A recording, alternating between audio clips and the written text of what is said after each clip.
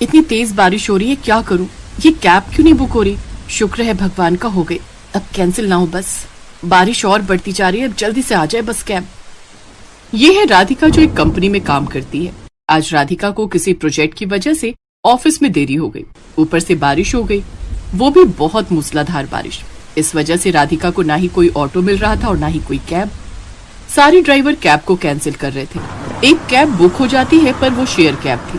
Radhika cab में बैठ जाती है। कैब में पहले ही एक और सवारी बैठी थी, वो था एक छोटी हाइट का लड़का। पर राधिका भी चुपचाप बैठी रही और वो लड़का भी। कुछ देर बाद राधिका का घर आ जाता है। राधिका का घर गली में जाकर था, तेजी से घर की ओर चली गई। अब तक बारिश थोड़ी रुक गई थी। राधिका, आज तूने आने में बहुत देर लगा दी, कहाँ रह गई थी? मुझे तो बहुत चिंता हो रही थी और तेरा फोन भी नहीं लग रहा था। मम्मी, आज ऑफिस में बहुत समय लग गया, काफी काम था और वापसी में बारिश इतनी तेज थी कि कुछ मिल ही नहीं रहा था आने का। बहुत मुश्किल से एक कैब मिली तो मैं घर पहुंची। मुझे फोन कर देना था ना, मैं स्कूटी पर आ जाता लेने के लिए।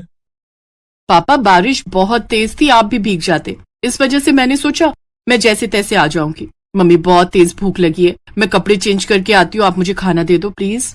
अगले दिन राधिका जब ऑफिस के लिए तैयार हो रही थी तो वो बहुत परेशान थी। राधिका, क्या हुआ? परेशान क्यों है? मम्मी, मेरी डॉक्यूमेंट्स की फाइल कहीं नहीं मिल रही, वो फाइल मेरे लिए बहुत जरूरी है, आपने कहीं देखी है क्या? वो फाइल तो तू कल ऑफिस ले गई थी, कहीं ऑफिस में तो नहीं रह गई? हाँ, हो सकता है, ऑफिस जाकर देखती हूँ। राधिका ऑफिस जाती है पर उसकी फाइल उसे नहीं मिलती। कुछ देर बाद राधिका की मीटिंग थी जिसमें उसे फाइल का ही काम था। अचानक वो लड़का राधिका के ऑफिस आ जाता है जो पिछली रात राधिका के साथ कैब में था। वो राधिका से मिलता है। जी नमस्ते, मेरा नाम रोहित है। कल रात आप मेरे साथ शेयर कैब में बैठे थे, आप अपनी ये फाइल कैब में ही भूल गई थी। मेरे पास आपके घर का तो एड्रेस नहीं था, बट आपका ऑफिस एड्रेस इस फाइल में लिखा हुआ था। ये लीजिए आपकी फाइल। जी, मुझे याद आया, थैंक यू सो मच, आपने मेरी फाइल संभाल कर रखी, वरना मेरा बहुत लॉस हो जाता। तभी ऑफिस का स्टाफ रोहित की छोटी हाइट को देखकर हंसने लगता है। अबे ये तो बौना है, कितनी छोटी हाइट है यार इसकी। हाँ देखा तो, पर ये राधिका से मिलने क्यों आया है? कहीं ये बौना राधिका का बॉयफ्रेंड तो नहीं है? सब बहुत हंस रहे थे। राधिका और रोहित सबकी बातें सुन रहे थे। रोहित चुपचाप वहाँ से चला जाता है। कुछ दिनों बाद राधिका को पता चलता है कि उसके लिए एक बहुत अच्छे घर का रिश्ता आया है। बहन जी, लड़का बहुत अच्छा है, बहुत मेहनती है, आपकी बेटी उस घर में खुश रहेगी। मैं तो कहती हूँ रिश्ते के लिए हाँ कह दो। शांति जी, लड़के की हाइट बहुत छोटी है, हमारी राधिका के मुकाबले तो लड़का हाइट में छोटा रहेगा। नहीं नहीं, सब कितनी बातें बनाएंगे, अगर हमने ये रिश्ता कर दिया तो। ये रहने दो, आप कोई और रिश्ता बताओ। ठीक है, फिर मैं कोई और रिश्ता बताती हूँ। आंटी जी, आपने लड़के का नाम क्या बताया था? रोहित नाम है लड़के का, ये फोटो है, एक बार तुम भी देख लो। राधिका देखती है ये लड़का वही रोहित है जो उसे कैब में मिला था और फाइल भी देने ऑफिस आया था। राधिका अपने मम्मी पापा से इस बारे में बात करती है और उन्हें समझाती है कि लड़का बहुत अच्छा है, इसलिए वो उससे शादी करना चाहती है। राधिका के बार बार कहने पर उसके मम्मी पापा शादी के लिए मान जाते हैं। जब रोहित और राधिका एक दूसरे से मिलते हैं तो रोहित हैरान रह जाता है कि वो लड़की राधिका है जिसने उससे शादी के लिए हाँ बोला है। तुम तो जानती हो कि मेरी हाइट बहुत कम है, मैं बहुत छोटा हूँ, फिर भी तुमने मेरे से शादी के लिए हाँ कह दी। वो तो मम्मी पता नहीं मेरा रिश्ता भेजती रहती हैं, जबकि मैं जानता हूँ मेरी छोटी हाइट की वजह से कोई भी लड़की आसानी से शादी के लिए हाँ नहीं कहेगी। राधिका, तुम्हें तो मुझसे लाख गुना अच्छे लड़के मिल जाएंगे, अभी भी समय है, तुम मना कर दो। रोहित, मैंने आपका नेचर देखकर इस शादी के लिए हाँ की है। मैं आपको पसंद करती हूँ, पर मुझे ये नहीं पता कि आप मुझे पसंद करते हो या नहीं। ऐसी बात नहीं है राधिका, तुम्हारे जैसी लड़की का लाइफ पार्टनर बनना बहुत किस्मत की बात है। तो बस बात यहीं खत्म हो गई। मुझे आपसे ही शादी करनी है, मैंने सोच लिया है। और फिर राधिका और रोहित की शादी हो जाती है। शादी के फंक्शन में सब राधिका और रोहित की जोड़ी को देखकर बहुत बातें बना रहे थे, पर राधिका को इस बात से कोई मतलब नहीं था। सुलोचना बहन जी, आपको अपनी राधिका के लिए इतना छोटा लड़का ही मिला था? राधिका तो देखने में सुंदर, लंबी, चौड़ी थी, इसके जैसे हाइट वाला लड़का ढूंढना था, ये क्या बौना सा ढूंढा है? अरे सुलोचना, वहाँ राधिका की सास तुम्हें बुला रही है, जयमाला का समय हो रहा है। जी मैं अभी आई, आप लोग कुछ लीजिए। राधिका के ऑफिस के भी फ्रेंड्स जब शादी में आए तो वो भी राधिका की चॉइस को देखकर बातें बनाने लगे। राधिका, ये तो वही है ना रोहित जो उस दिन तुम्हारी फाइल लेकर आया था? तुमने भी क्या लड़का पसंद कर लिया, इतना छोटा, कम से कम अपने बराबर की हाइट का तो चुनती। स्वीटी प्लीज, मैं चाहती हूँ तुम सब शादी में आए हो तो इस तरह की कोई बात मत करो। मैं तुम सबको अच्छा दोस्त मानती हूँ, इसलिए ऐसी बातें करके मेरे और अपने रिश्तों को खराब मत करो। और तुम सब खाना खाकर जाना। राधिका ने सबको चुप कर दिया। राधिका की शादी हो गई। उसने सबकी बातों को अनसुना कर दिया और शादी के बाद वो नई नवेली बहू बनकर रोहित के साथ गृह प्रवेश करती है। तुम्हारे आने से इस घर में कितनी रौनक आ गई है बहू। रोहित तुम्हारी बहुत तारीफ करता था। पता है उस दिन जब पहली बार तुम कैब में मिली थी तो उस दिन ये बारिश में बहुत भीग गया था। रात को ये सोया तो इसे तेज बुखार हो गया। डॉक्टर बोल रहे थे कि रेस्ट करना है, पर इसने कहा नहीं, ये फाइल जिनकी है उन्हें देना बहुत जरूरी है। तब से तुम्हें बहुत पसंद करता है रोहित, इसीलिए फिर मैंने इसे बिना बताए शांति बहन को तुम्हारे घर रिश्ते के लिए भेजा था। रोहित, आपको उस दिन बुखार था और आप मुझे तभी से पसंद करते हो। ये सब सुनकर मेरे मन में आपके लिए रिस्पेक्ट और बढ़ गई है। राधिका की आंखों में खुशी के आंसू आ जाते हैं, क्योंकि सचमुच रोहित बहुत अच्छे स्वभाव का था। कुछ दिनों की छुट्टियों के बाद राधिका एक बार फिर से ऑफिस ज्वाइन करती है। इधर रोहित ने भी अपने काम पर जाना शुरू कर दिया था। कुछ दिनों बाद राधिका के बॉस के बेटे का जन्मदिन था, इसलिए राधिका का बॉस सबको जन्मदिन की पार्टी में बुलाता है। अरे रोहित, आप अभी तक तैयार नहीं हुए? आपको मैंने बताया था ना मेरे बॉस मिस्टर शर्मा के बेटे का जन्मदिन है। राधिका, मन नहीं है जाने का। पता नहीं सब अजीब सी बातें करते हैं। ऐसे क्यों बोल रहे हो? चलो ना, कुछ नहीं होगा। जब मैं आपके साथ हूँ तो आप टेंशन क्यों ले रहे हो? कोई कुछ नहीं कहेगा, और अगर किसी ने कुछ कहा तो मैं हूं ना सबको संभालने के लिए। चलो अब आप जल्दी से तैयार हो जाओ। अब आप ये मत कहना कि मैं अकेले चली जाऊं। मैं अकेली नहीं जाने वाली। रोहित बेटा, जब बहू कह रही है तो तुम्हें जाना चाहिए, और वैसे भी तुम दोनों की नई नई शादी हुई है। बहू अकेले जाएगी तो उसे खुद को अच्छा नहीं लगेगा। जाओ, जाकर तैयार हो जाओ। सबके कहने पर रोहित तैयार हो जाता है। राधिका रोहित के साथ बर्थडे पार्टी में पहुंचती है। वहाँ बॉस की बीवी रोहित का मजाक बनाने लगती है। अच्छा, तो तुम राधिका हो? तुम्हारी अभी नई नई शादी हुई है ना? ये मुझे बता रहे थे। राधिका, बुरा न मानो तो एक बात कहूँ। जी मैम, प्लीज बोलिए। जहाँ तक मुझे पता है तुम्हारी ये लव नहीं अरेंज मैरिज थी, तो तुमने ऐसा लड़का क्यों चुना जो तुमसे हाइट में बहुत छोटा है? तुम दोनों की जोड़ी एक पूरब तो एक पश्चिम लग रही है। मैम, प्यार तो कुछ पलों में भी हो जाता है। रिश्ते बनाने के लिए सालों की जरूरत नहीं होती। शादी लव हो या फिर अरेंज, बस रिश्तों में प्यार होना चाहिए। कुछ रिश्ते सालों चलने के बाद भी टूट जाते हैं, और कुछ रिश्ते जन्म जन्म के लिए बन जाते हैं। मेरा और रोहित का जन्म जन्म का साथ है। मैं रोहित से बहुत प्यार करती हूँ और मेरे लिए ये परफेक्ट हस्बैंड है। तभी शोर मच जाता है। बच्चे जिस एरिया में झूला झूल रहे थे वहाँ पर एक सुरंग वाला झूला खराब हो गया और वहाँ पर सब परेशान हो गए।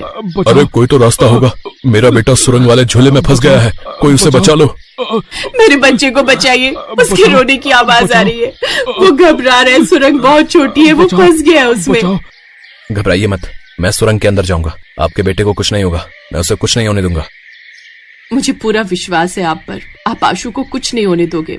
रोहित की हाइट छोटी थी, इस वजह से वो आराम से सुरंग में जा सकता था। कुछ ही देर में रोहित आशु को उस सुरंग वाले झूले से बाहर सही सलामत निकाल लेता है। सब लोग रोहित की बहुत तारीफ करते हैं।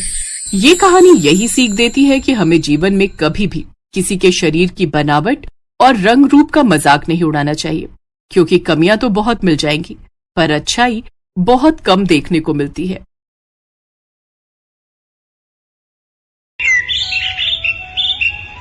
हम भी देखते हैं या हमारे साथ कैसे नहीं जाएगा। ये मेरे पति हैं और मैं इनकी धर्म पत्नी हूँ। आप इनसे जबरदस्ती नहीं कर सकते। आज रजनी अपने जिस पति के लिए दुनिया से लड़ रही थी वो एक किन्नर है। सागर के जन्म से पहले सावित्री रामपुर में अपने पति रमेश और सास के साथ रहती थी। अरे सावित्री, क्या कर रही है? पता है ना, दाई माँ बोल कर गई थी इस हालत में तू आराम किया कर। यही बात तो इसे मैं बोलती रहती हूँ, पर ये सुनती ही कहाँ है। मोरी मैया, अम्मा जी, बहुत तेज दर्द उठ रहा है। लगता है बहू के बच्चे का दर्द छिड़ गया है। रमेश, जल्दी से दाई माँ को बुला कर ले आ। अम्मा, तुम सावित्री को संभालो, मैं अभी लेकर आता हूँ। रमेश दाई माँ को लेकर आता है। वो और उसकी माँ दोनों बाहर इंतजार कर रहे थे। तभी दाई माँ बाहर आती हैं। उनका मुंह उतरा हुआ था। क्या बात है सुशीला, तेरा मुंह क्यों लटका हुआ है? बहू और बच्चा ठीक तो है?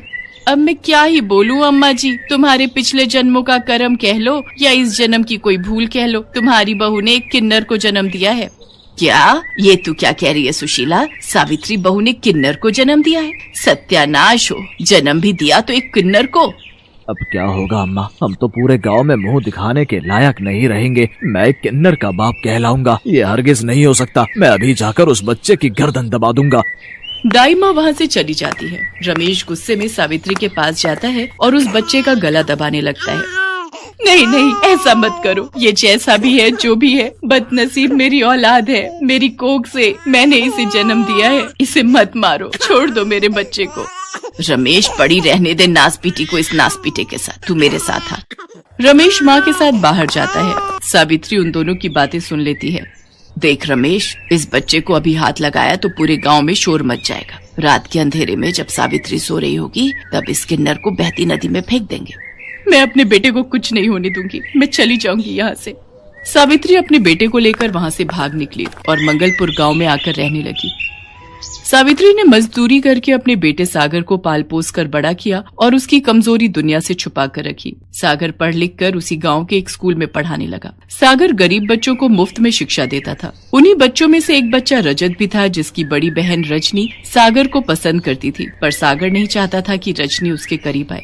सागर, तुम मुझसे दूर क्यों रहते हो? यही कारण है ना कि मैं पढ़ी लिखी शहरी लड़कियों की तरह सुंदर नहीं दिखती। पर तुमने कभी मेरा दिल निकाल कर देखा होता तो इस पर तुम्हारा ही नाम लिखा है।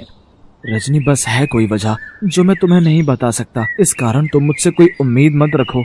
रजनी को बहुत दुख पहुंचता है। कुछ समय बाद रजनी की शादी विनोद नाम के लड़के से तय हो जाती, पर शादी के दिन विनोद का पिता दहेज की मांग लेकर अड़ जाता है। सेठ जी, मुझे कुछ दिन की मोहलत तो दो। जैसे ही फसल बिकेगी मैं बाकी के रुपए भी आपको दे जाऊंगा। तो ठीक है, हम बारात वापस ले जाते हैं। ऐसा ना कहो जयकिशन बाबू, बिन माँ के मेरे बच्चों ने पहले ही बहुत दुख झेले हैं। मेरी बच्ची से कोई शादी नहीं करेगा। भगवान के लिए ये शादी होने दो मालिक, मैं आपके पैर पड़ता हूँ। बापू, मेरे कारण तुम ऐसे लालची लोगों के पैरों में मत गिरो। जाते हैं तो जाने दो ऐसे लोगों को। मुझे भी ऐसे लालची लोगों के घर बहू बनकर नहीं जाना। इससे तो मैं कुंवारी ही अच्छी हूँ। चल बेटा विनोद, बारात वापस जाएगी। रुक जाओ किशन बाबू, ऐसा मत करो, रुक जाओ। रजनी की बारात वापस लौट जाती है। ये सदमा रजनी बर्दाश्त नहीं कर पाती और वो आत्महत्या करने के लिए कुएं में कूद जाती है। अचानक सागर उसे देख लेता है और वो भी उसके पीछे कुएं में कूद जाता है और किसी तरह रजनी को कुएं से बाहर लाता है। मेरी बच्ची, हे भगवान, क्या करने जा रही थी? अगर तुझे कुछ हो जाता, सागर बेटा, तुम नहीं होते तो आज मेरी बच्ची। दीदी, आंखें खोलो ना, क्या हुआ दीदी? रजनी की जान बच जाती है। उसके मन में सागर के लिए और प्यार बढ़ जाता है। अब वो किसी न किसी बहाने सागर के घर जाने लगी थी। रजनी बिटिया, कैसी हो? मैं ठीक हूँ माँ जी। सागर कहीं दिखाई नहीं दे रहे। वो मैंने सूजी का हलवा बनाया था, सागर को बहुत पसंद है। मुझे पता था इसलिए ले आई। अच्छा, सिर्फ सागर के लिए ही लाई हो, मेरे लिए नहीं? नहीं नहीं माँ जी, आप भी खाओ ना। वो तो मैं बस। रजनी, तुम यहाँ? सागर, रजनी ने सूजी का हलवा बनाया था, वो तुम्हारे लिए लेकर आई है। अच्छा माँ जी, मैं चलती हूँ। मुझे बताना हलवा कैसा था। रजनी शर्माते हुए वहाँ से चली जाती है, पर सागर सावित्री से कहता है, माँ, रजनी मेरी सच्चाई नहीं जानती। मैं नहीं चाहता मेरे कारण उसकी जिंदगी खराब हो। मैं जहाँ तक समझ पा रहा हूँ वो मेरे लिए अपने मन में कुछ अलग ही सोच रही है। मैं चाहता हूँ वो मुझसे दूर रहे। ये बात वो नहीं जानती कि मैं एक किन्नर हूँ। मैं एक साधारण इंसान की तरह उसके काबिल नहीं हूँ। सागर को लगा था कि रजनी वहाँ से जा चुकी है, पर रजनी तो दरवाजे की ओट में खड़ी सारी बातें सुन लेती है। उसके पैरों से जमीन खिसक जाती है और उसकी आंखें आंसुओं से भर जाती हैं। वो सारी रात सागर के बारे में ही सोचती रही। अगले दिन रजनी उठी और वो सागर के घर पहुंची और सावित्री के पैर छूकर बोली, माँ जी, क्या आप मुझे बहू के रूप में स्वीकार करेंगी?